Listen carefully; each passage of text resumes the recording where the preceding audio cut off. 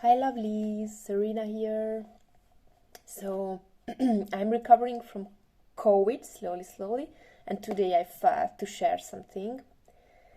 I haven't been sharing for a while because of this post-COVID symptoms. But today I thought to share something, and this is about thinking and thought activity. So I used to observe my thoughts and my thinking mechanism actually for years and for more than a decade. I was in the observation and allowance of the thoughts which are arising in awareness. So I was in that for a very long time. Meditation, Advaita background. So it just came naturally to go into this observation of the thought and the thinking. And I received this guidance and pointings also to observe the I and the mind and the thought and the thinking that belongs to the I and happens through the mind. And this was nice. There was some bypassing in that because I created a kind of separate awareness self that is observing the thought and the thinking. It's okay for a while. And I also received pointings that said, go to the root of the thought and the thinking, the source of the thought, because the pointing said, Advaita pointing said that the source of the thinking and the thoughts is awareness, or in other words the self, or in other words presence, or in other words the space of this moment, the self. Let's say the self, because Advaita likes this word or language. So the pointing said, just track the thoughts back to its source, and there you will find the self. I think this came from Papaji and Ramana, or many Advaita teachers actually. So I was doing it, and it kind of worked. Yes, I could do this. Okay, I'm tracking the thoughts back to its source.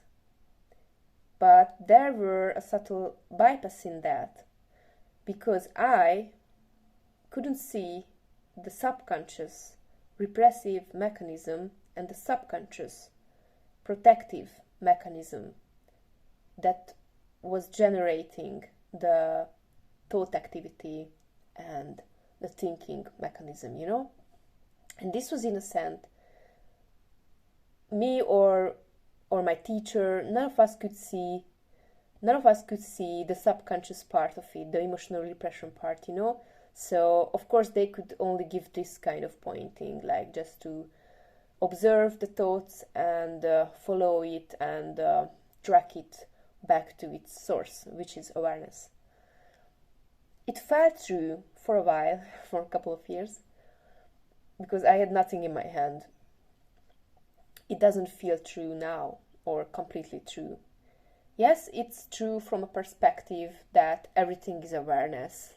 Nothing is separate from awareness, from the space of this moment, or from the self, whatever you call it. But I don't feel anymore that awareness is the source of the thought or the thinking mechanism. What I can see now, that it's the emotional repression that generates the thinking or the thought, and that the thoughts or the thinking activity is just the visible or somewhat conscious form of the emotional repression as it appears in the mind, through the mind, the thinking, the thoughts arising. It's just the byproduct of the emotional repression that is generating the thoughts and the thinking. So what to do with that? So because So for years, for a decade, I was observing, allowing the thoughts, resting with it, witnessing the thinking activity, tracking it or following it back to its root, awareness. Okay, I was doing it for years, but after a while, if not always, it was just empowering, not empowering, but like strengthening, solidifying the emotional repressive mechanism. And I got very frustrated after a while. And luckily, when I got to know KI, the Kilobi inquiries, this somatic inquiry method, my approach and my perspective that I had with the thought and the thinking activity, it changed, I started to be curious in a different way. So I started to put questions. I didn't do it with Advaita or meditation or any kind of awareness-based or with any kind of meditation, mindfulness, or this kind of tools. So I started to ask things. I started to ask my question, my thoughts and thinking in a different way. I can do it now, so you can also do it with me. It's very simple, don't worry, it's not deep stuff. So here is this thinking activity. I can feel it. I can see the thoughts. Here is this thinking activity. So I just ask. And when I ask this question, when I'm going to ask this question, I'm not going to thinking about the answer.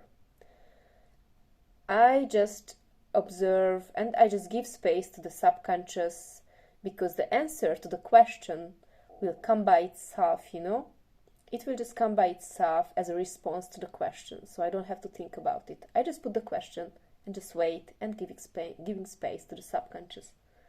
So, here is this thinking.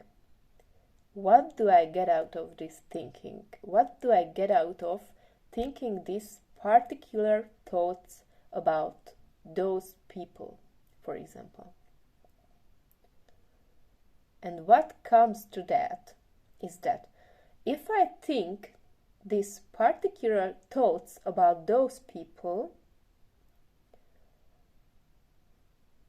then I can think that they are bad in some way. I can think like judging, I can judge them or evaluate them through the thinking, and I can say they are bad for this or that behavior or quality that they have, whatever. So I can think that they are bad, basically. And if I think that they are bad, thinking this, I can create a distance, disconnection, or more like a distance from them. And creating this distance by thinking those thoughts about them, I feel safety. It gives a safety feeling, a safe feeling that now I'm safe. I'm thinking that they are bad because of this or that. I create a space, a distance between us, and so I feel safer, sense of safety. But now I'm more curious,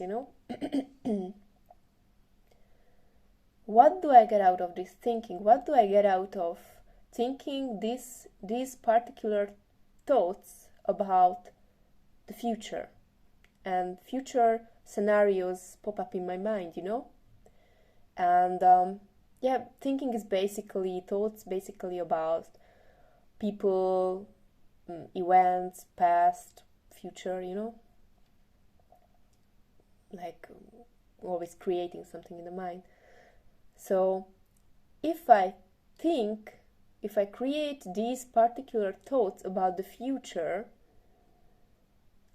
and it's kind of over catastrophizing in my case, then I can prepare for this, that this bad thing is going to happen, so I can prepare for this, and it's preparing for this. It's also again a kind of distance, from these future events.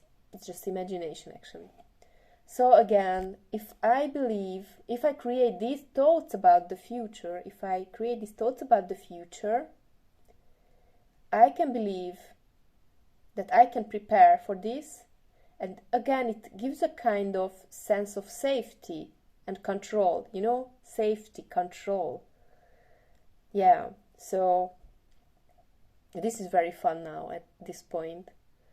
And still, I'm more and more curious. What do I get out of this thinking?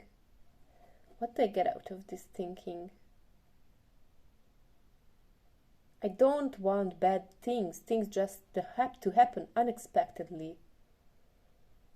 I want to know what's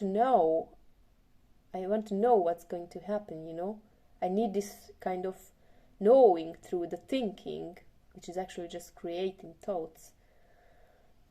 I want to have this sense of knowing that I know, and it gives a sense of safety.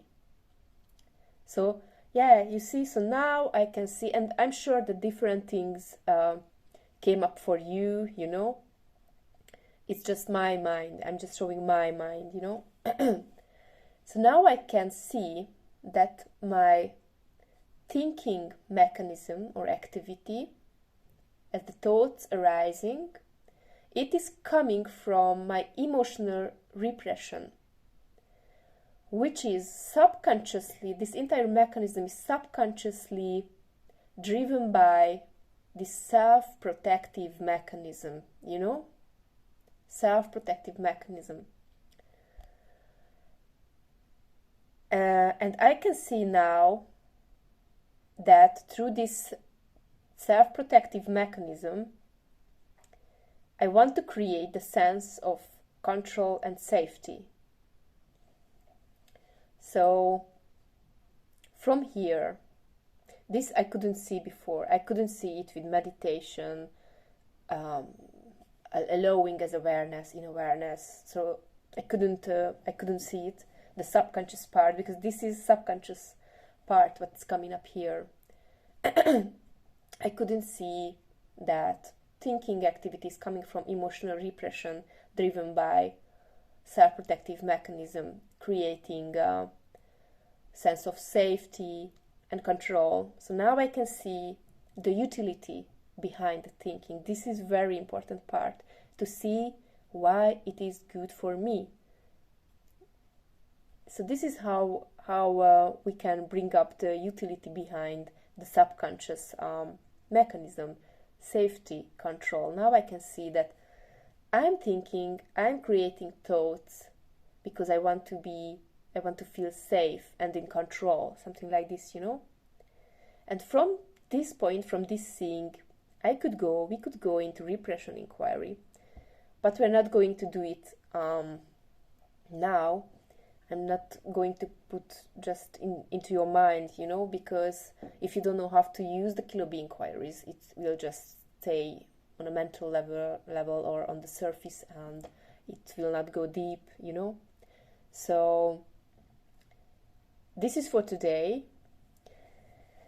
and please let me know, write comments or send me a message what came up for you with this inquiry, with this simple inquiry, And let's talk about it, because I so much enjoy conversing about it, because you can also see now that this is just something from the surface, and already it gives space, it already gives space that we can see this subconscious mechanism and utility behind our thoughts, We can see why we do this. So it's not just happening, we are not just in it anymore, it's not just happening subconsciously anymore, and this is just a small piece what we discovered now. So you can imagine what a huge freedom is waiting for us if we do the repression work, Seeing more and more subconscious stuff, emptying our being and our system from all these programmings, And also, you know, it's very hard to speak about emotional repression, to give a sense, you know, until you don't experience, until you experience, if you don't have the experience of how it is to come out of the emotional repression and experience freedom and spaciousness, not only through the energy or the space, so to speak, but really somatically in the body, experiencing this grounded, stable spaciousness and freedom. And this is possible only if we go into the emotional repression and we kind of, I don't know how to say, start to come out of it. It's not the best wording, because then we can feel that it's something that we have to win a prize or something like this.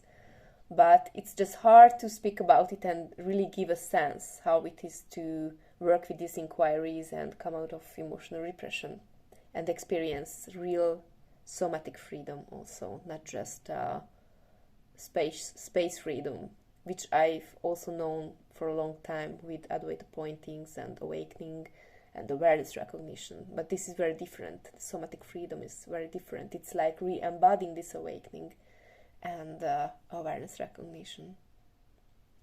So that's it. I just wanted to give a taste. I think it was fun, and just send me a message or comment how was it for you. Okay, see you.